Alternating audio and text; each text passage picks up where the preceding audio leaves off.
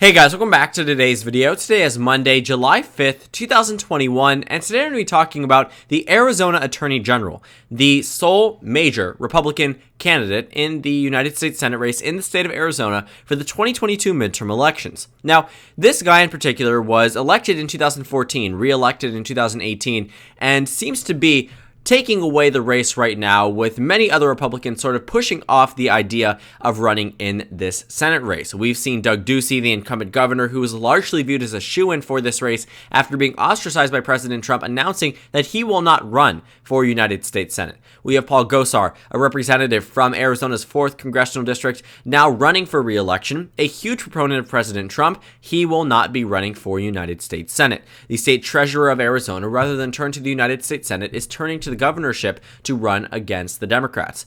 And under the potential column, you have Kirk Adams and Kelly Ward, notable people amongst the Republican Party in the state, but haven't fueled any media speculation. The only two who have are Andy Biggs and Blake Masters. We have a representative, and then the president of the Thiel Foundation and chief operating officer of the Thiel Capital. So what we know is that it seems that Andy Biggs and Mark Brnovich are the only major well-known names that could actually be running in this primary, at least based off those who have expressed interest or those who have already declared their candidacy. But the thing about Brnovich is that while he is the attorney general of the state, he doesn't exactly provide this unified party, background that many Republicans would want in this Senate race.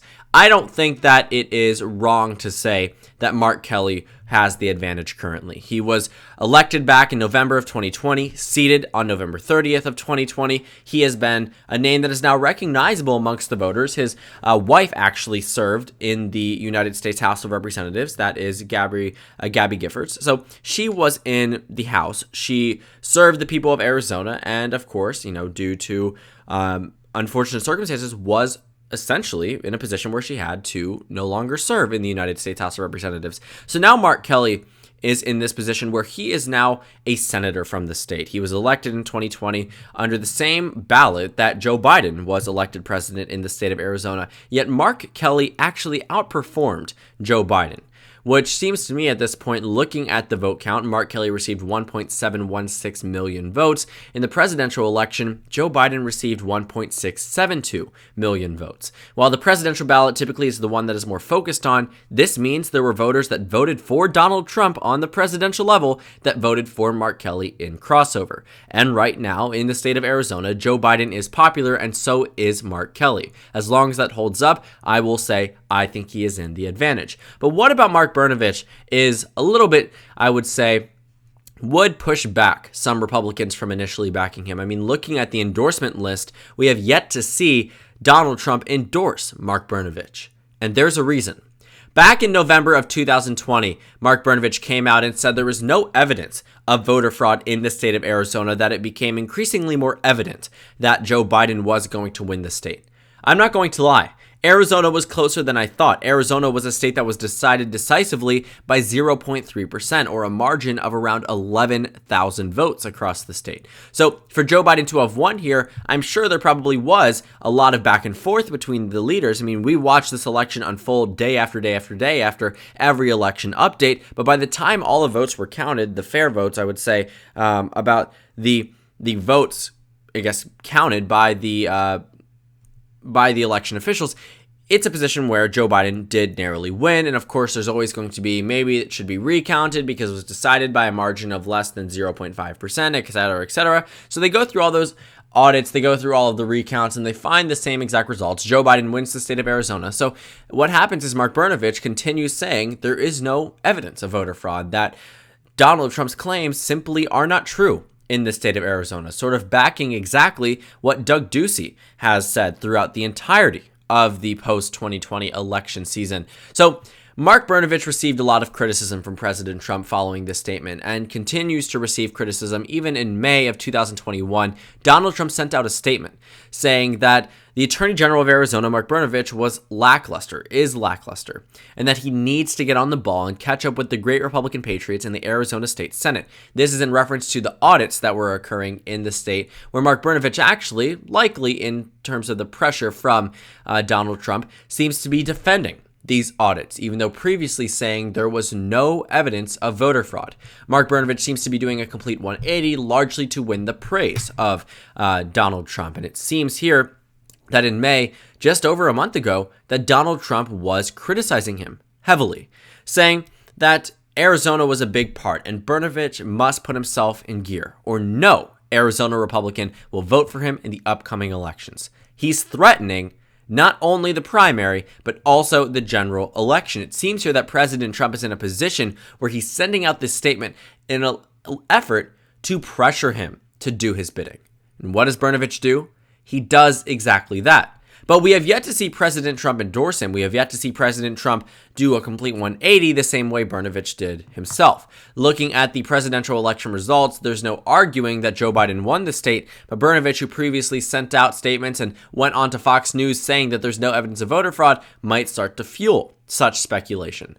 But the thing about Brnovich as well is that him falling out with the Republican Party isn't exactly the first indicator that he wouldn't be a super strong candidate against Mark Kelly. While Mark Kelly had a strong result, I would say, we were looking at a similar result for Kyrsten Sinema back in 2018.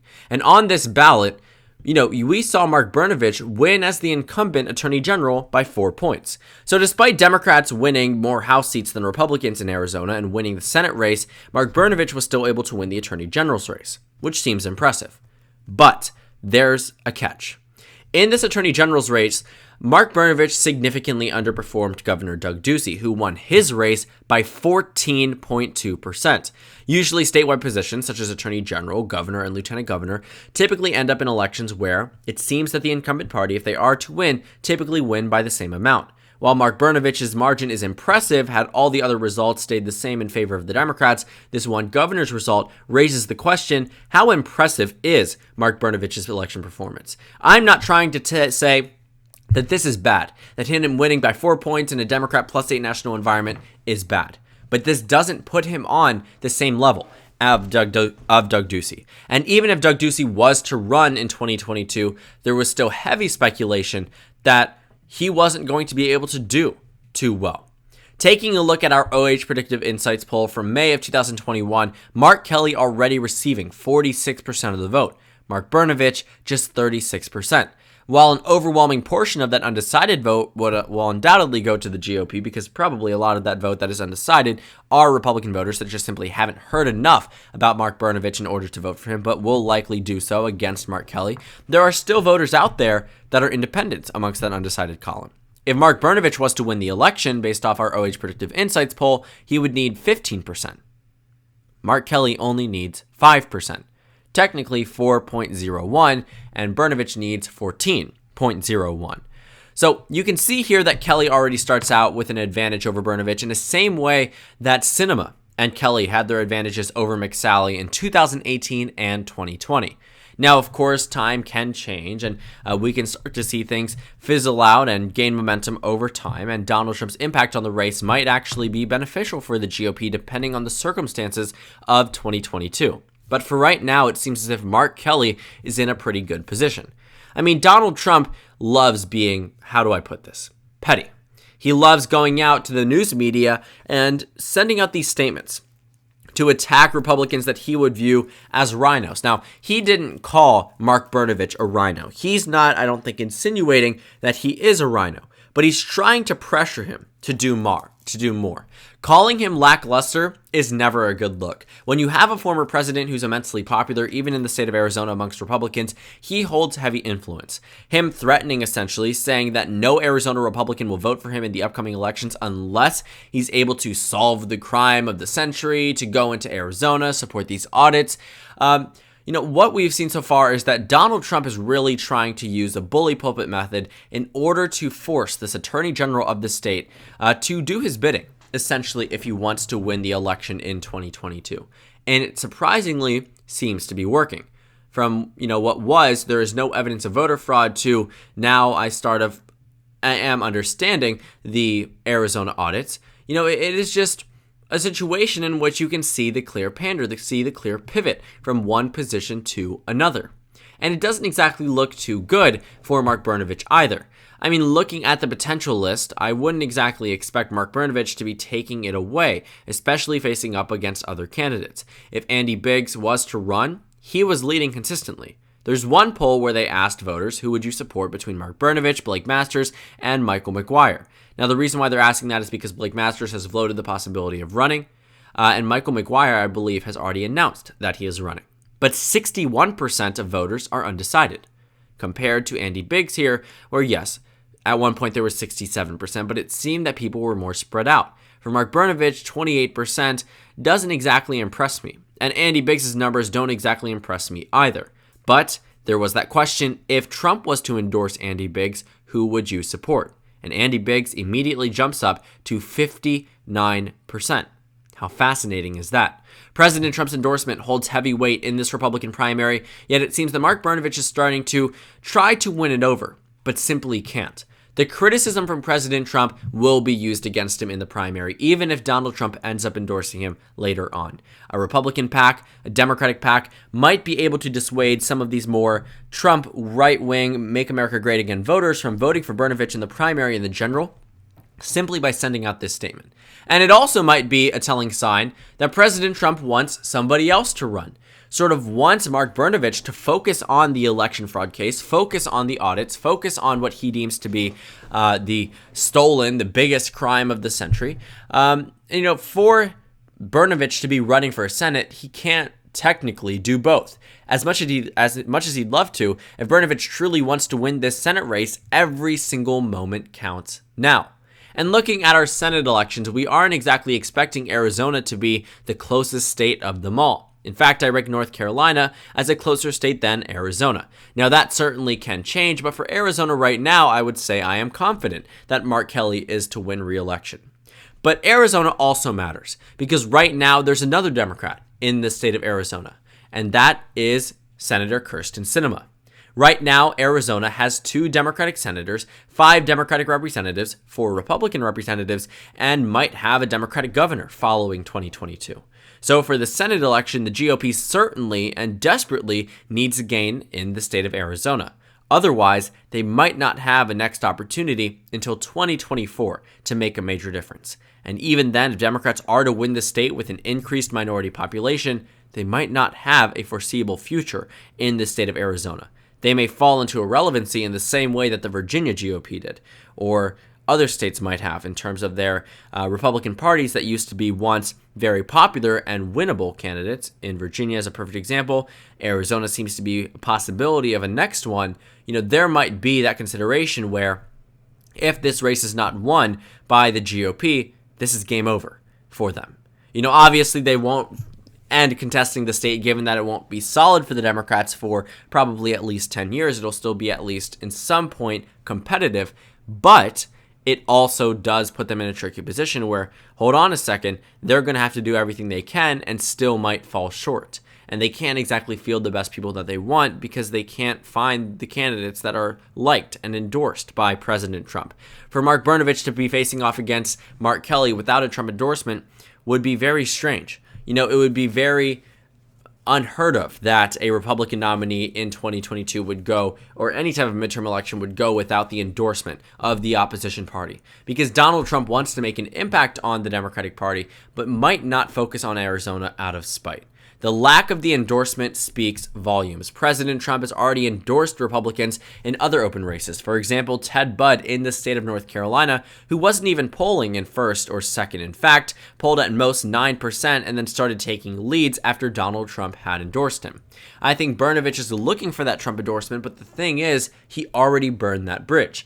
While he might be able to rebuild it, only time will tell. But for right now, it seems as if that seems to be a severed link between Donald Trump and Mark Brnovich. Because taking a side in the election, while at initial glance may not seem like a partisan effort, Donald Trump viewed it in a very heavy fashion as Republicans disobeying him, as Republicans turning on him. And you can see this exact language utilized in the state. You can see the pressure. You can see exactly what Donald Trump is trying to say for the sake of Mark Brnovich, essentially threatening this primary and general election altogether. But the situation is the only notable Republican that has announced they are running for Arizona is someone who has been shunned and attacked by President Trump in the past, which means the GOP doesn't have a clear person to corral around right now. Amongst those that are under the potential and publicly expressed interest column, they may be able to defeat Mark Brnovich. But for right now, what I'm looking at here in the state of Arizona is that Brnovich, while the only major and notable Republican candidate in this race, I would not exactly count or bet on his victory in November of 2022, and if Andy Biggs announces, or Kelly Ward, or Kirk Adams, potentially even in the primary. So take a look at Arizona. We'll see what happens. Mark Kelly seems to be the only Democrat running for United States Senate in the state of Arizona. He seems to be on a pathway where he can be reelected just by simply replicating the 2020 election results, but only time will tell. We really need to keep a closer eye and a closer look on the state of Arizona because it holds a lot of information and will be crucial to both parties in their eventual majorities or minorities come January 2023. So thank you guys so much for watching this video. Make sure to comment down suggestions below. Subscribe on the left if you haven't already, and check out the Instagram and Twitter. At the bottom left of the screen, there's also a Discord server for you to go ahead and join. On the screen, there's a video you can watch, and then a playlist for my 2022 Senate election analysis videos. Again, thank you guys so much for watching, and I will see you all tomorrow.